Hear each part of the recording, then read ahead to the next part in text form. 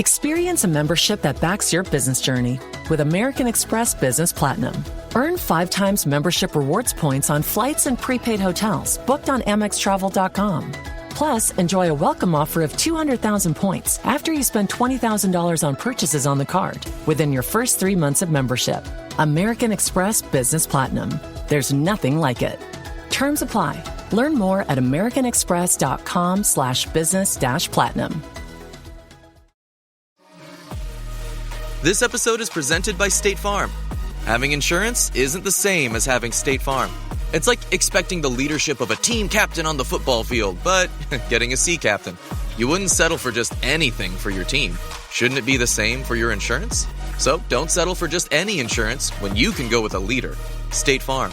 Like a good neighbor, State Farm is there. Hey, this is Bill Simmons from the Bill Simmons Podcast, here to help you make the most of your summer with Michelob Ultra, a superior light beer worth playing for. Play for it with the guys when you're competing to see who can sink more birdies on the golf course, because winning tastes even better with Ultra on the line. Play for Ultra. Fill your fridge with Michelob Ultra this summer. Enjoy responsibly. Copyright 2025 Anheuser-Busch Michelob Ultra Light Beer, St. Louis, Missouri. I'm Gary Birtles, one of the old gits from a long time ago. You've got to tune into Tricky Talks, I believe, so just do it. All the best.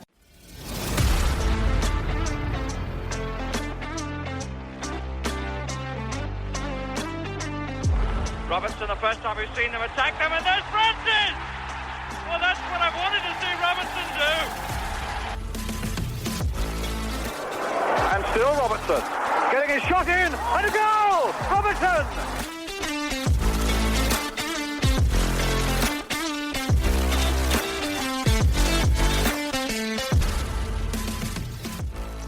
Hello, welcome along to the Tricky Talks podcast, as Forest are still out of Toon on the back of a 2-0 defeat to Newcastle and continue their winless run under Ange Postecoglou. We'll go into that and what the next few weeks might hold. Kate and Mollo are here, back from the trip up north. How are you doing, Kate? I'm good. Looking forward to talking about, I don't know, what are we going to talk about today, Simon? I can't think. Is there anything happening? Yeah, one or two things. Mollo, are you here? Are you well and ready to chew the fat on a few things? Absolutely, mate.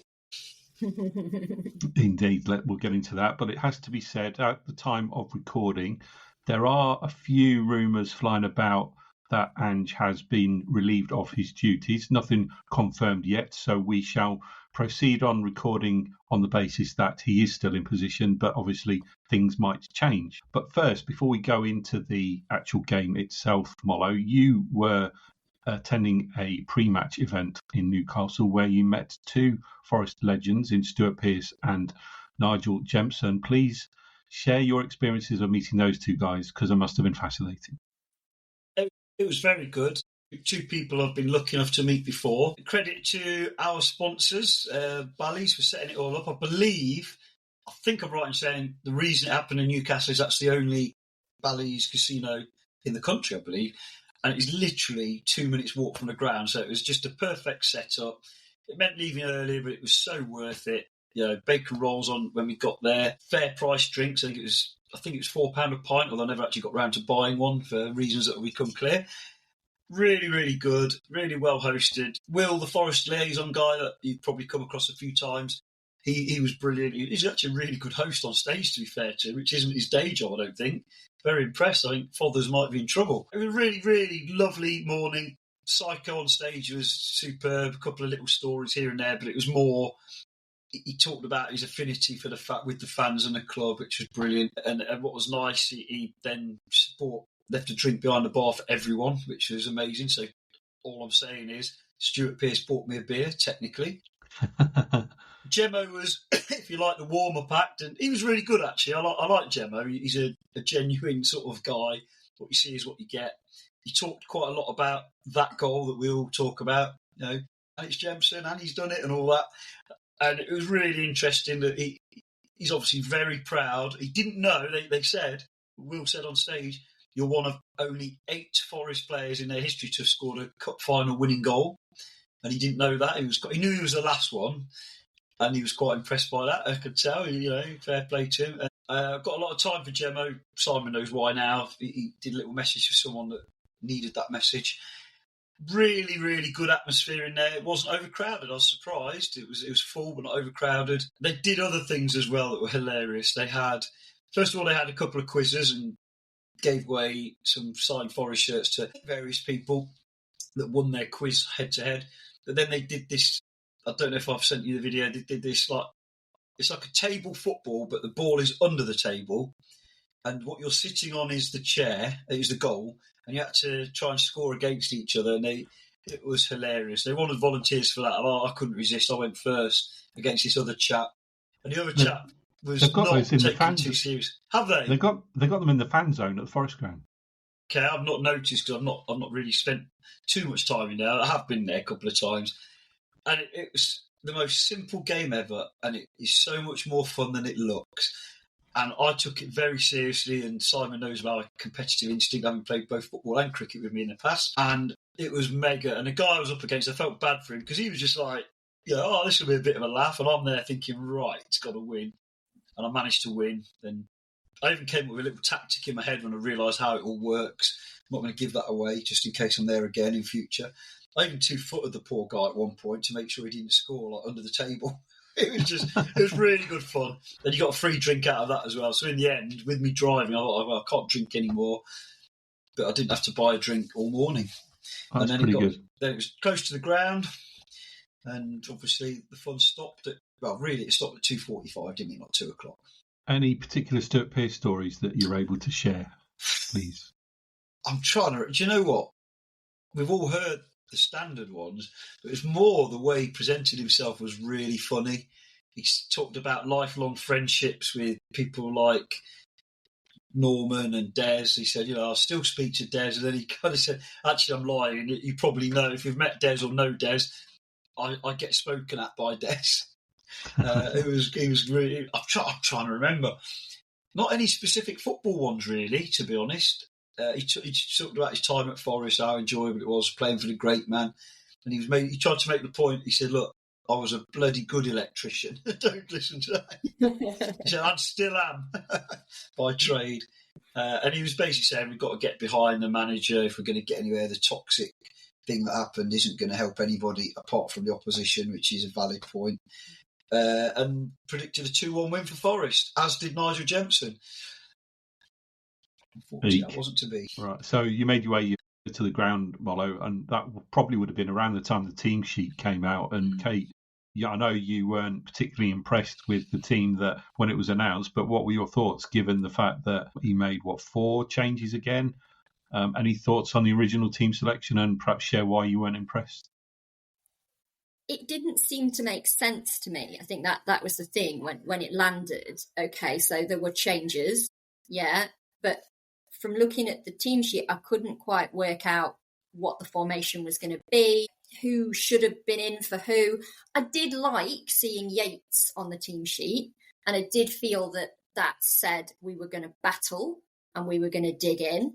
That was the positive. But yeah, the rest of it, I just...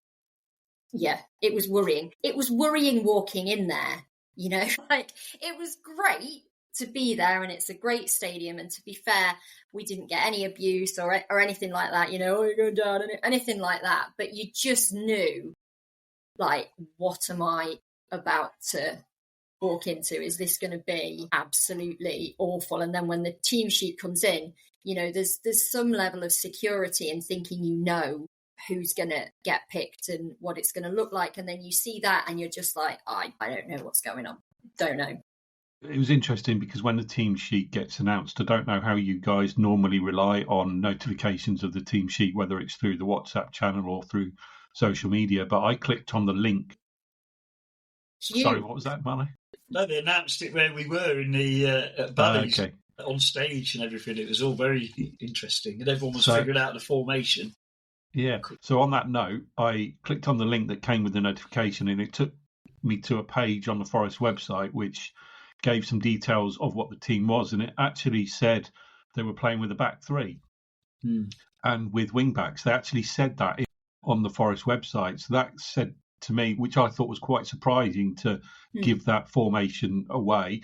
why they said that, well, obviously we don't know whether it was because they were making an interpretation based off the team selection or whether they were informed that that's what the formation was going to be. But I did find it quite surprising. I don't normally click on it, so I don't know whether they provide that kind of information already. So that was my first thing I thought. And then the second thing I thought was Savona and Jay Cunha in the same lineup for the first time since that debacle at Swansea when Cunha came on at the second on. And I didn't think that was a very inviting team sheet, considering those two were going to be playing together on the pitch at the same time since that formation game. So that was the second thing that struck me. And then the third thing I immediately thought was they were there to defend and to be solid and to be stable. And I think that kind of proved it So on that note, why don't we talk about that first half then, Mollo? Because I thought it was pretty decent, if not, it was unspectacular, wasn't it? But I think that's exactly what we needed. 100%, and I forget the talk of who picked it and the manager. I thought it was a sensible thing going for a back three and effectively a back five when we needed it. The fallback options were all that were available, to be fair, so that was always going to happen. I think seeing Murillo on the bench was slightly puzzling because when you're arguably your best defender and certainly our fastest defender, if he's either fit to play or he's not. And you don't very often bring a centre-back on for the last 10 or 15 minutes to try and win a game because they're a star.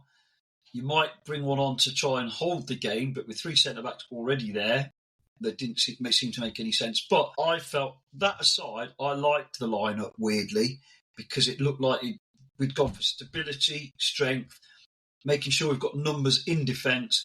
We perhaps lack a bit of pace, so it gave us a bit more cover.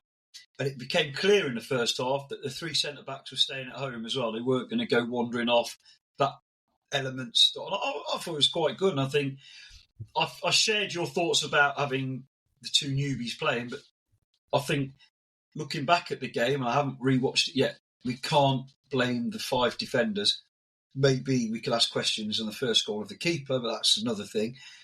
I felt the five who played at the back defensively did a really good job, and it isn't on them at all for me. And that it's kind of where we are at the moment, isn't it? That they did what they were supposed to do, but unfortunately we came unstuck elsewhere.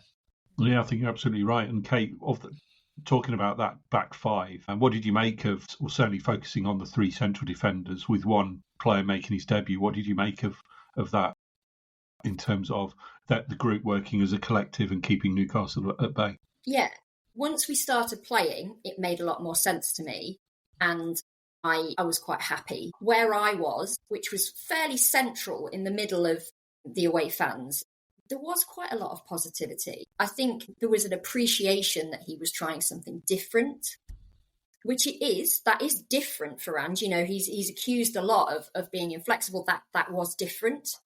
And that's what I wanted to see. I wanted to see some fight. I wanted to see some battling. Okay. And that is what they were providing. And they were doing a really good job of it. You know, we finished that half 0-0. And if we'd have finished the game 0-0, then the whole conversation that's been had since would have been significantly altered. And I thought João Cunha was good. I'm still not massively convinced by Savona, but that being said, he didn't do anything outrageously bad. We looked solid. At times, we looked like we were absorbing a lot of pressure, but doing it effectively, which we haven't seen them do for a long time. And yeah, it did feel like, okay, this is a lot better than I thought it was going to be at halftime. Yeah, what do you make of Savona on that note, actually? Because I thought, like you say, he was very solid, but he didn't offer too much going forward. There were a few times where he did get forward, and I think that role, given the formation, required it to offer that support. A lot of the end product was missing, but that's understandable, I think, given the player he is, and perhaps he's not used to playing that role. But Mollo, do you think there's potential for him to see an extended run in the team based off that performance, or has he got elements of his game that perhaps he needs to work on? I think at his age, you've always got elements of your game to work on, but I think across the time we've seen him play, we've seen enough to suggest he's going to be a decent player and a decent signing. Is he going to displace what would be our first choice fullbacks? Certainly not this season, but currently one of our first choice fullbacks, and possibly another who would be close to first choice, aren't available and don't look like being available. So we've got, and he didn't do it. I don't think he did anything wrong, and I agree with you. He is rapid though for a tall guy. I didn't realise quite how quick he was. He didn't get beaten in the air this time. He didn't make any silly mistakes in the air. He just did his job. If everybody does their job, and I know we'll get on to that about the second half, then we probably don't lose the game. And that's a reflection on both us and Newcastle, because I thought Newcastle at times were poor, and we made them look poor as well, because we had that sort of dogs of war midfield going on, didn't we? I think he's got a lot of potential, that lad. I think I like the look of him. He's technically very good. There's a couple of occasions where you're thinking, just get it out of there, don't mess about there, but he didn't get caught. Not like, others ended up getting caught. So fair play to him. I thought it was a very, very solid full debut, was it? I'm trying to think. Did he start at Arsenal? I can't remember. I think he did start, didn't he? Did he come on from Murillo? Or did he start? Yeah, you're right. Yes, Sorry, he did. He did. Another mention as well to Morato, and I seem to be saying this every week. He's had a run of really strong games now. I know he's not the prettiest player in the world on the ball. I get that. But as a stay-at-home, head it and kick it defender and stop your man from doing his job, I thought I was well impressed. And when he got stitched up in the second half, he had no qualms about taking the booking, taking his man out. And, he might not have got booked with that ref because you never knew what was coming. But probably if he's in black and white, he wouldn't have been. But I thought he was really good. I know he made a mistake in the first place, which led to it. But that block, my God.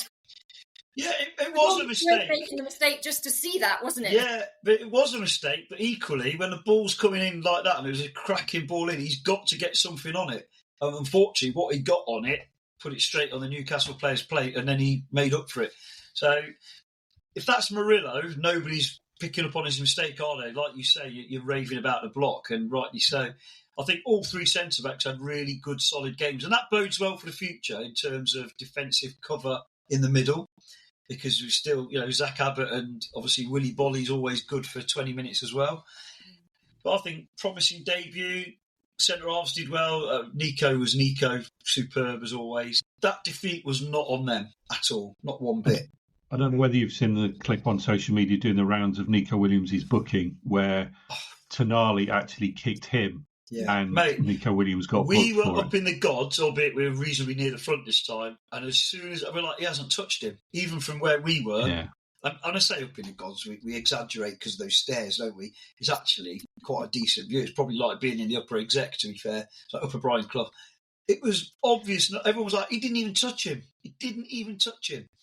He's dangled a leg and he's gone for Nico's leg, which is, from what you're saying, exactly how it happened. And he took a booking for it. But then again, if we coughed on them, we took a booking, whereas they could pull out a machete and attack Anderson, and they would still only have got a chat and a warning and a stern telling off, and then committed another 4 fouls after that I counted and still not get booked. Here's looking at you, Joel Linton. Do we need to read anything into Murillo being on the bench, Kate, and not starting, and they're effectively seeing three centre-backs selected him? Do you think he was made a scapegoat for the midweek performance in the Europa League? No, I don't think that.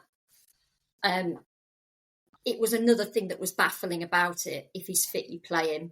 If he's fit to play 60 minutes, 40 minutes, you start him.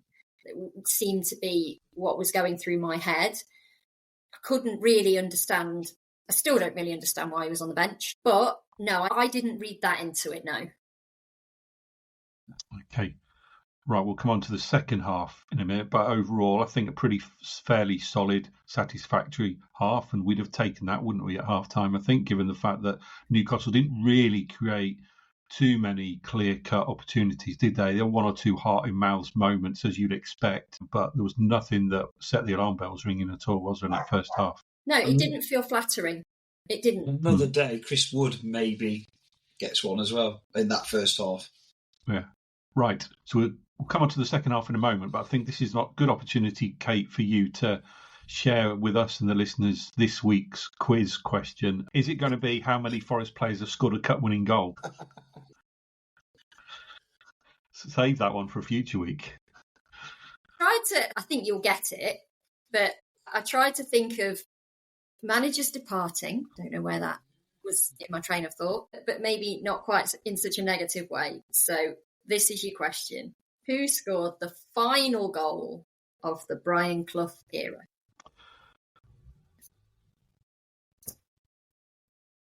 This episode is brought to you by Nespresso and Samra Origins by the Weekend Coffee Collection. Introducing Samra Origins. My collaboration with Nespresso is a connection to my roots, to my mother, Samra. Coffee that hits the right notes. It transports you. Crafted with unique notes and bold, soaring flavors. Experience a taste that moves you. Nespresso and Samra Origins. Discover more at Nespresso.com. This episode is brought to you by Indeed. When your computer breaks, you don't wait for it to magically start working again. You fix the problem. So why wait to hire the people your company desperately needs? Use Indeed's sponsored jobs to hire top talent fast. And even better, you only pay for results. There's no need to wait. Speed up your hiring with a $75 sponsored job credit at Indeed.com/podcast. Terms and conditions apply.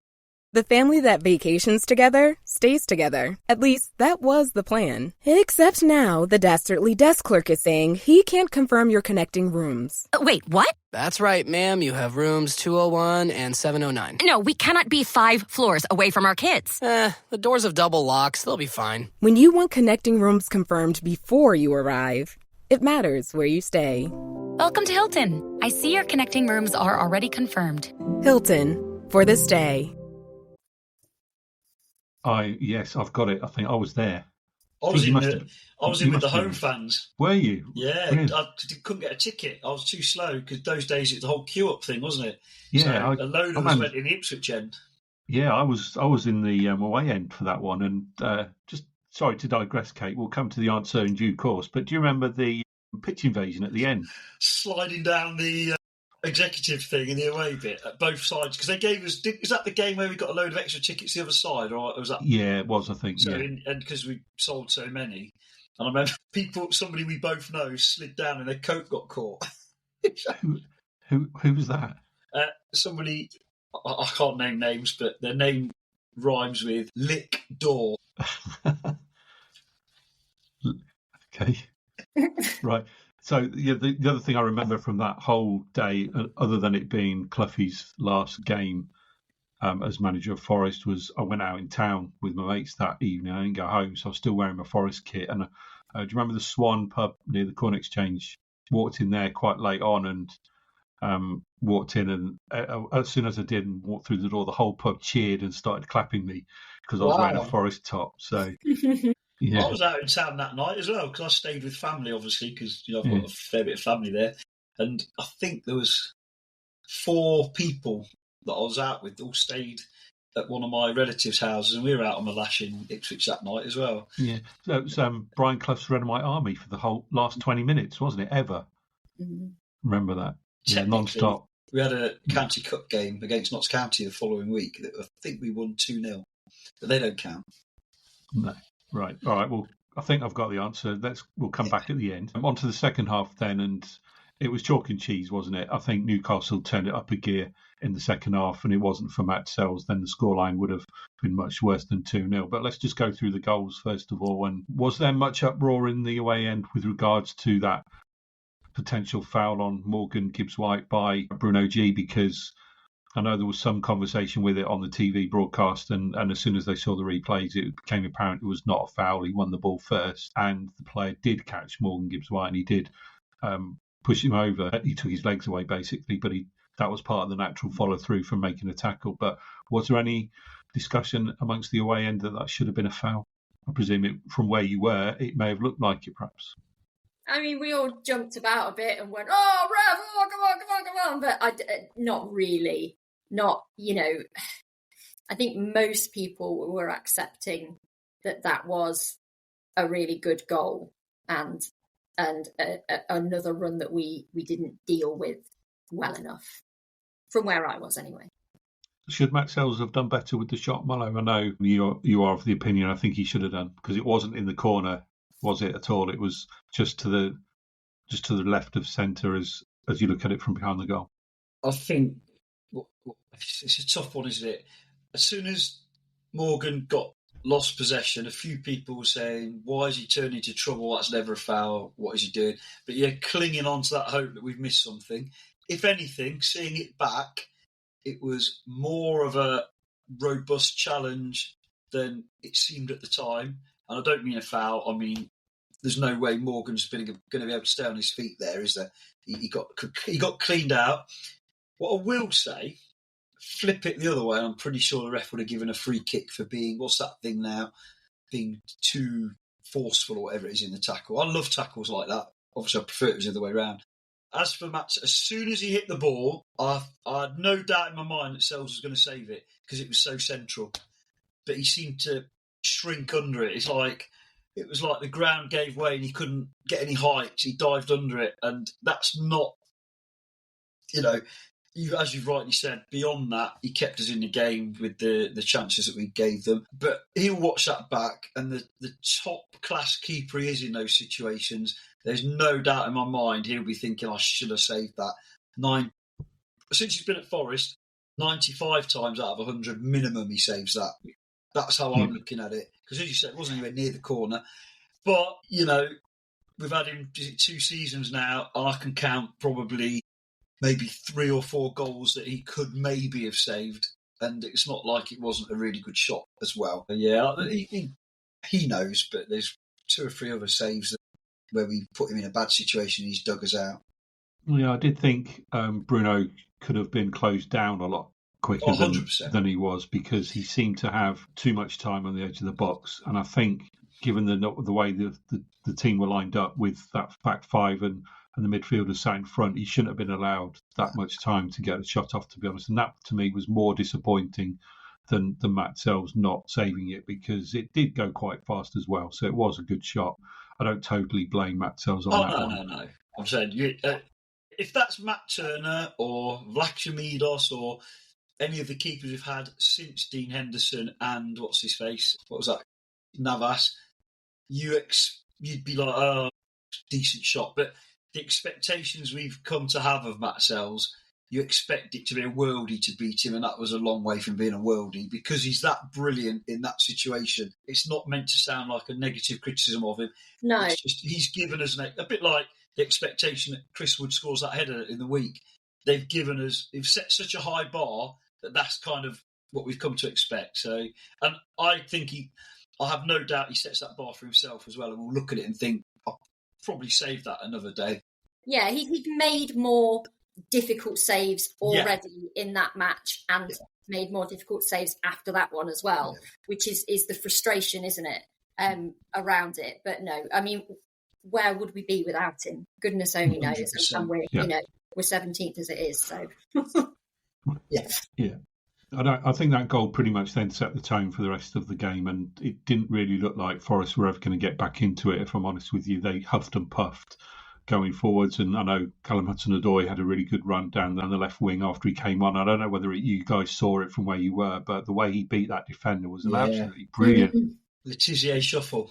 Yeah, it was. That was the moment for me where we could have got back in it, and we could have, taken something. And I agree.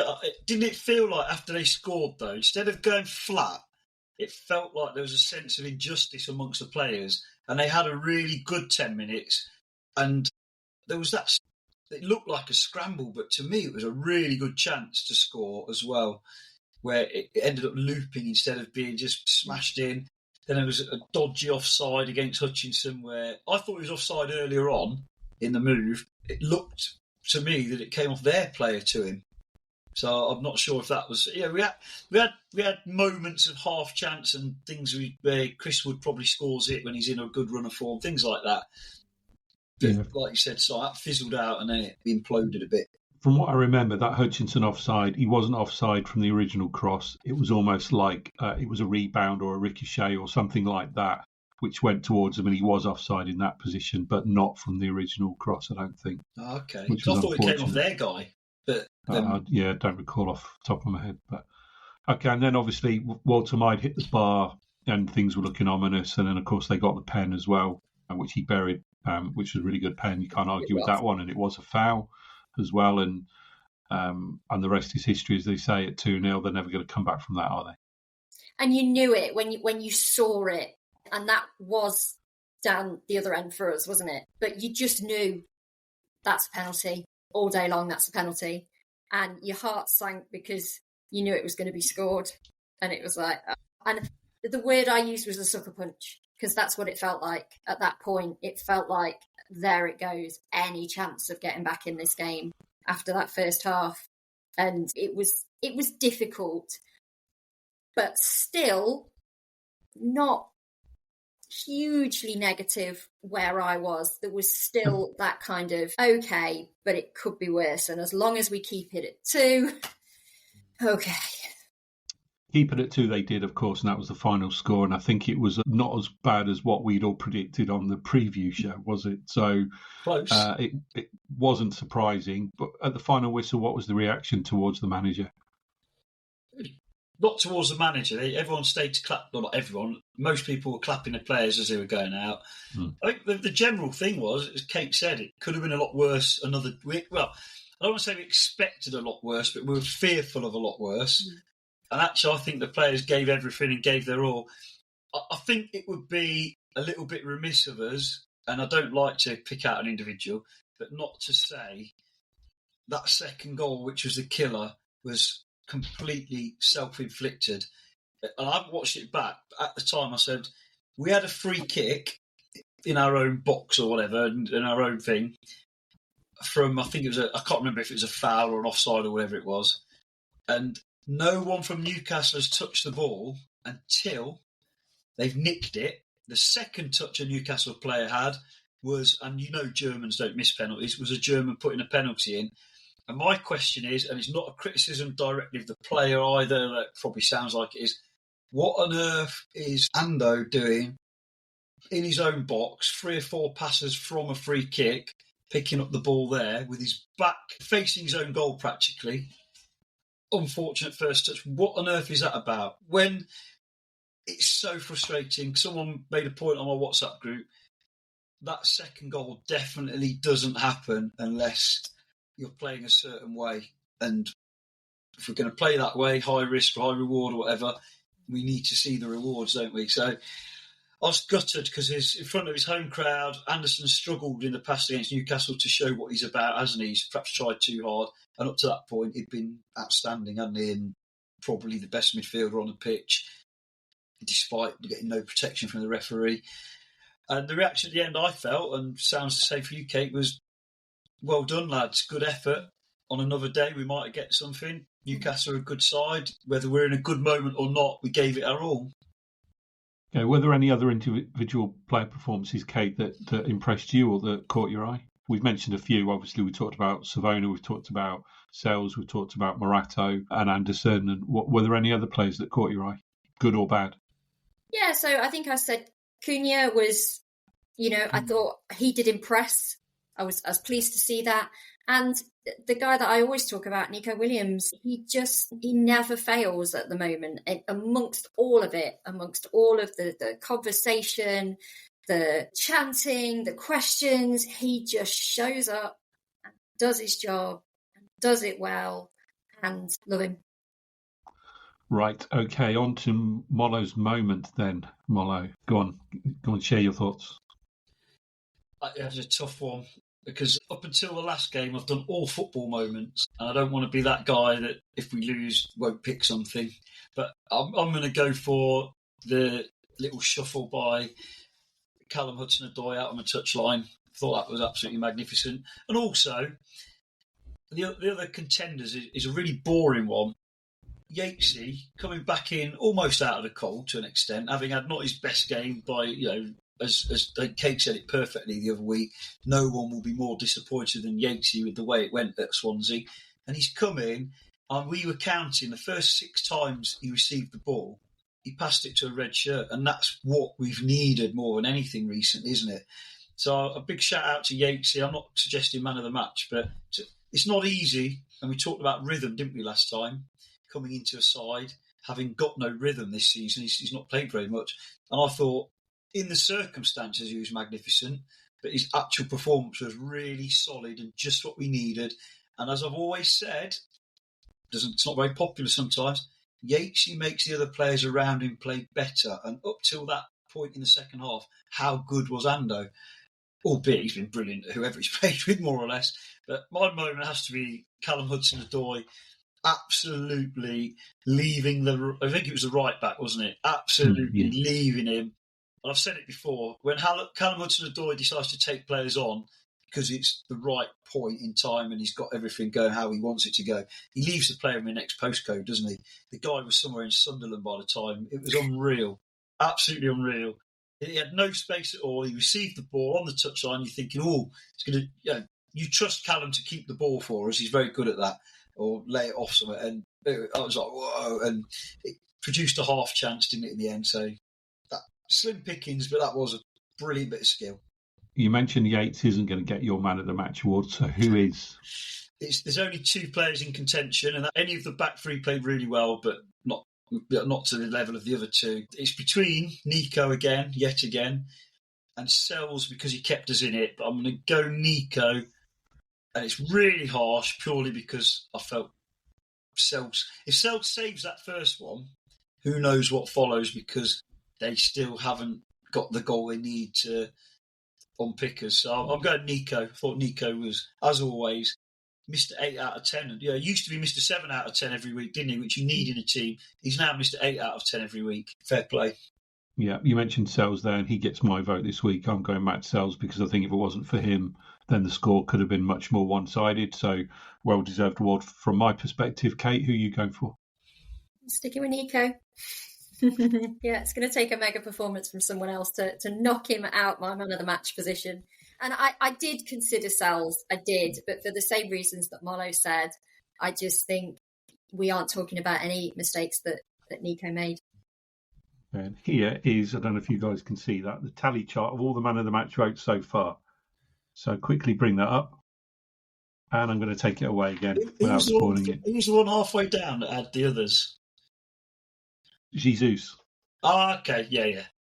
Yeah. Isn't it interesting, yet again, we're talking about three players who have played nearly every game, and their international games if they're international. Maybe Sells didn't play for his international team. But Anderson and Nico played every game, pretty much, every international, and they've been our best players.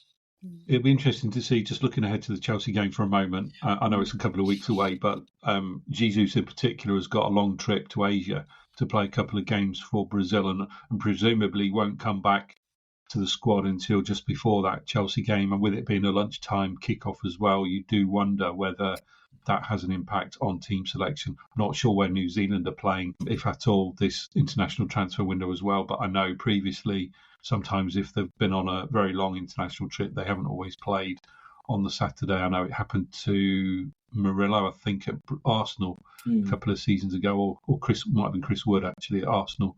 He was left out of the team. So it'll be interesting to see what happens with those guys when they report back after the international break.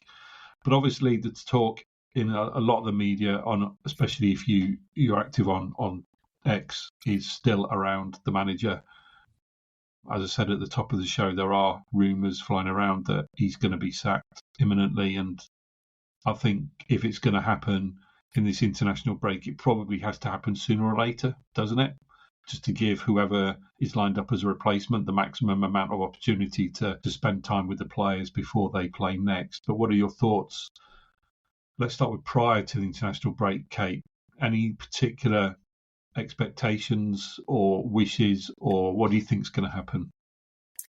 So Thursday night, not wishing to go back because we can't go back. We can't unsack Nuno. We can't, not have hired Ange. But on Thursday night, I was in a really bad place. I saw a team, figuratively as well as actually, and I couldn't see any other solution to this problem. It's not that bad where you live, surely. I couldn't see that. It was just such a woeful performance. And then to stand there and experience the chanting, it just was awful. And which I said at the time, there's no other word for it for me. It wasn't like that on Sunday. It was better. It wasn't better enough. Don't get me wrong. I'm not now, Team Ange. I've not Amazon Prime to Cork hat. That is not, where I'm at. If he is sacked, I am not going to be crying into my cornflakes, thinking what a terrible, terrible mistake. However, the situation that we find ourselves in means that it isn't as simple as should he stay or should he go. There's a lot of other stuff that you've got to take into account around that decision. On Sunday, we saw something. There are some positives to pick out. Even doing this, talking about it now, we're talking about some of the positives, some good performances, a change, a change in attitude, a change in... These are positives that we can find.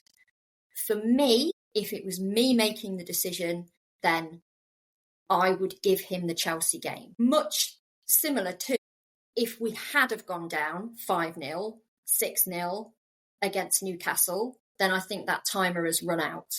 Okay, I do. We didn't. We did see some stuff that was positive. We also did see him trying something a little bit different, and that kind of worked for a while. So I think we give him Chelsea and we see what happens. He is under incredible pressure. And as he has said himself, this is not going to change until the results change. I don't think we give him until the November international break if things don't get a bit better. We need a point here. We need some things to cling to. We need to see something. If it's another defeat and it's a heavy defeat against Chelsea, then no, I don't think we carry on, because how far down can we go before it becomes impossible to come back? But right now, today, after yesterday, I would give him the Chelsea game.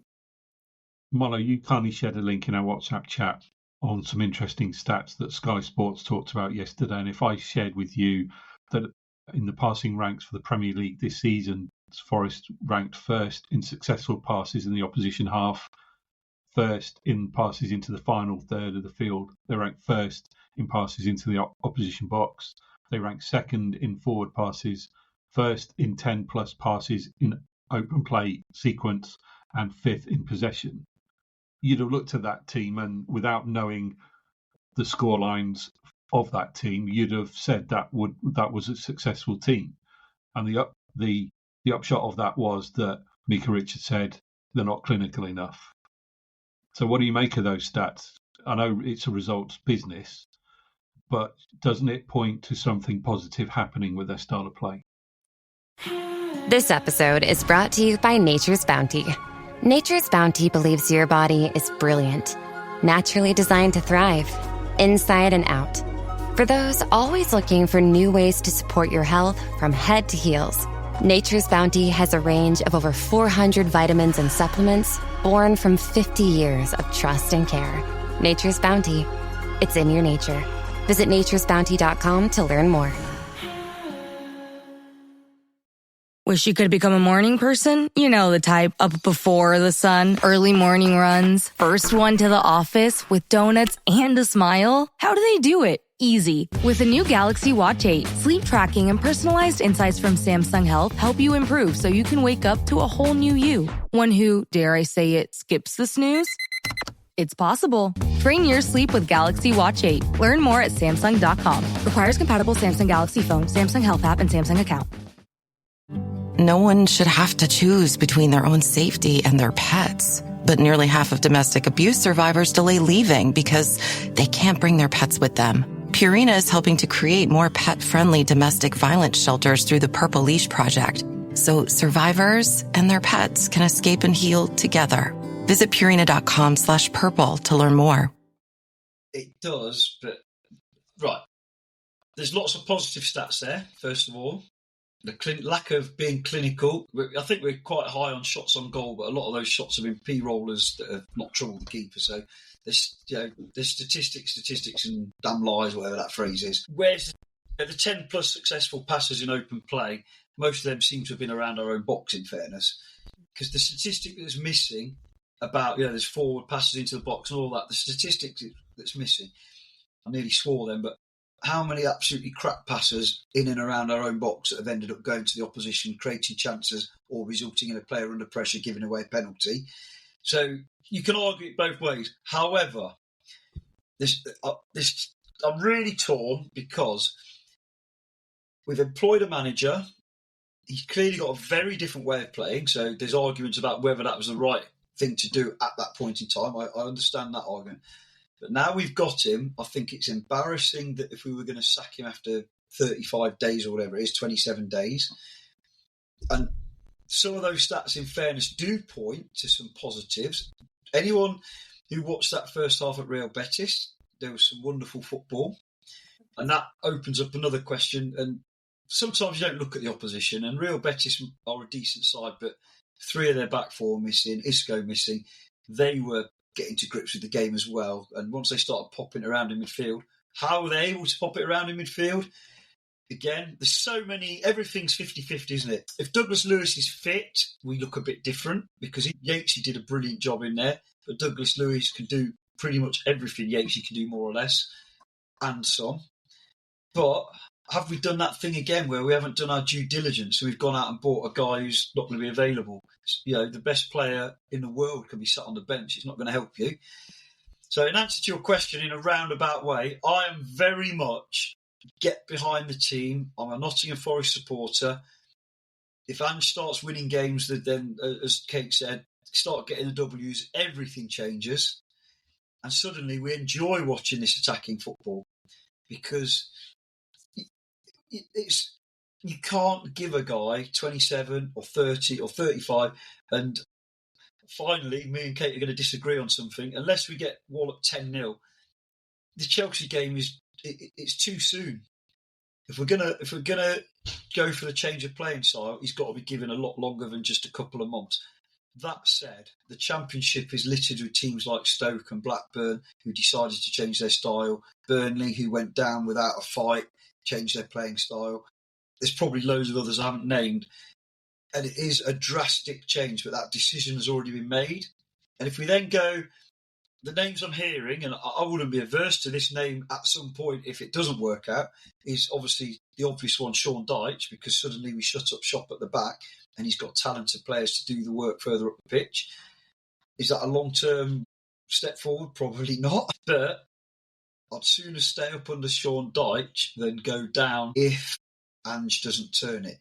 But the green shoots of recovery are there if you look for them. But there's a section of our fan base, and there was some in the away end, unfortunately, and it did get a little bit leery where I was, as you know, that don't want to see those green shoots. They only want to see the results, and it is a results-driven business, so that's their right to see that.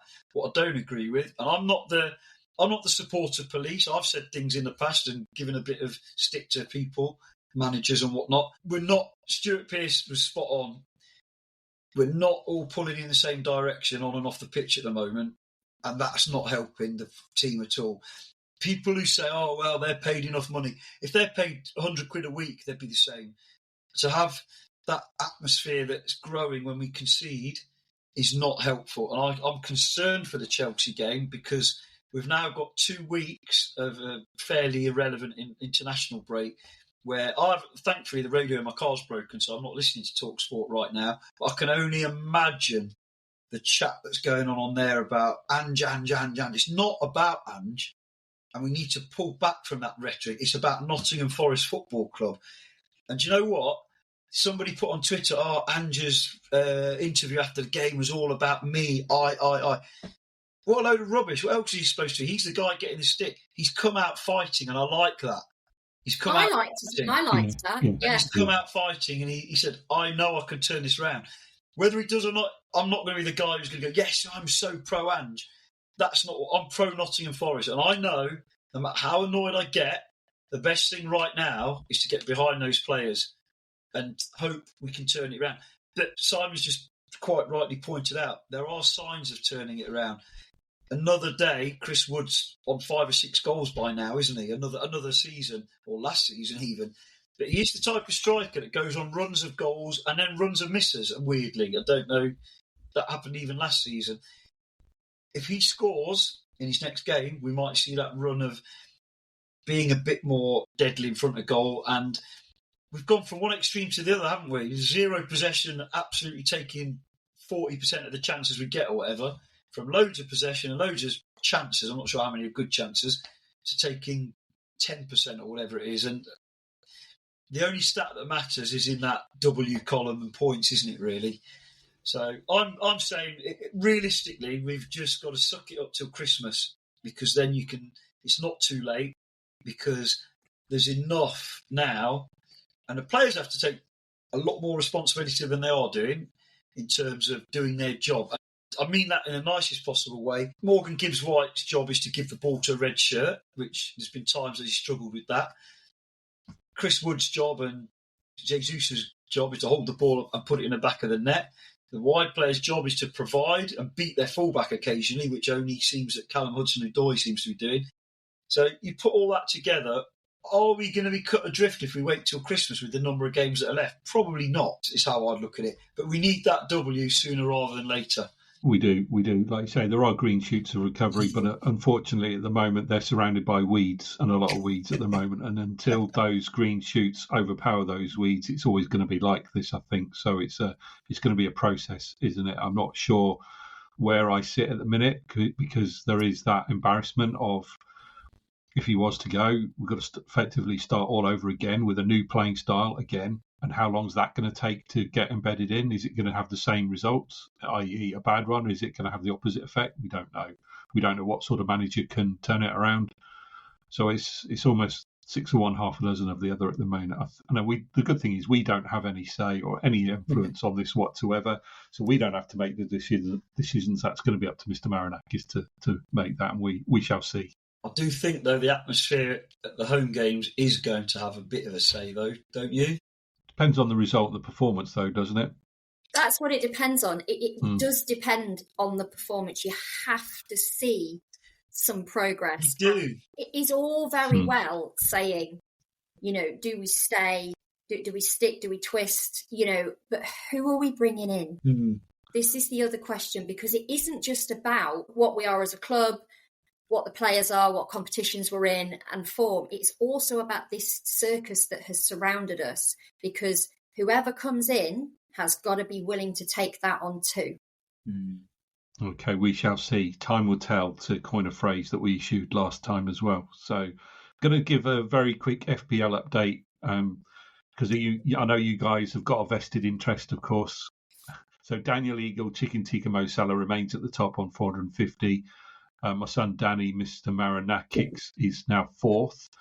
Scrolling down the table, Mollo, you're in 9th place on 416. I'm in 10th place on 413, one above your brother Kate Ian, who's in 11th. Chelsea has got a green arrow this week and climbs up to 13th on 396. And Kate, a red arrow for you this week, falling down the table to 17, 384. So not too far behind. So it's definitely don't point me as the new manager. I'm rubbish. Quite tightly bunched at the top, and at the bottom we have Josh, followed by Stephen Brown, followed by Izzy, followed by Catherine Dunmines. Is that your sister or sister-in-law? Sister-in-law. Okay, sister-in-law. So family gathering at the bottom of the it's table. It's a party there. At the bottom, it really is. At least you're above them. Well, Stephen. I wouldn't say it's a party at the bottom, to be honest with you. Okay, right, on to the final part of the show, Kate, and you're going to give... Let's go back to the quiz. Yes. So the question was, who scored the final goal of the Brian Clough era? Can I say how it happened, and then Simon can say who scored it? Go on then. Yeah. Penalty. Yeah, penalty, yeah. It was Nigel Clough. There you go. And I nearly gave it away then. When I read it, I nearly said who scored the final goal of the Nigel Clough era. Right. It was indeed. It was Excellent. indeed the Clough Collective. Good stuff. Right, any final thoughts, Kate? do you know, I would say that final thoughts today are, let's remember who we are as fans, who we are as a club, and let's enjoy a bit of rest over the international break. Yeah. We go again at Chelsea, no matter who's at the helm, no matter who's on the pitch, we go again at Chelsea and we support them. Yeah, maybe the players could do with the rest as well, the pressure cooker that is club football, and hope they all come back safely from the international break too. Mollo, any final thoughts from you? Pretty much the same, other than when we talk about team selection nearer the time, I think one guy not on international duty that will be training his socks off is the perfect guy for that Chelsea game, I suspect, and that would be Yatesy. And big up to the girls who won 4-1 yesterday, the ladies, are now 3rd or 4th in the WSL too. So absolutely some good news coming out of the playing surface of the City Ground. But all I'd say is we don't want to be like those Rangers fans who at some point surrounded their manager's car and intimidated him and all that type of thing. We've got to try, no matter what we think, try and stick together and get behind the team. I'm not suggesting for a minute we sing Postecoglou's name at this stage. That's not what I'm about.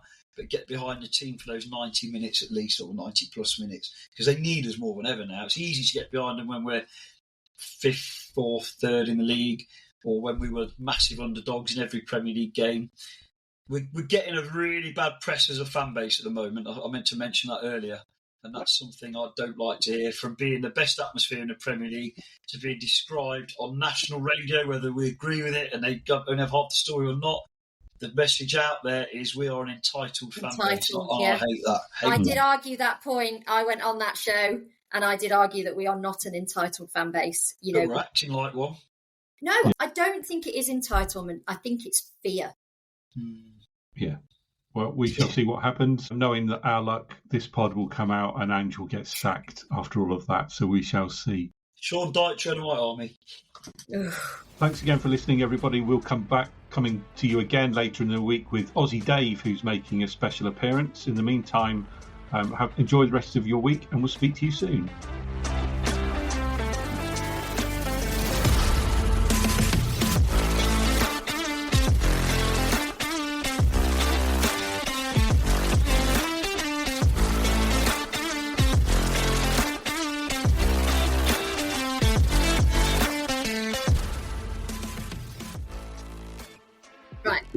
Go on, Mollo, you've got some breaking news. He's gone. He hasn't. Not really. Phone. Don't do that. This podcast is part of the Sports Social Podcast Network.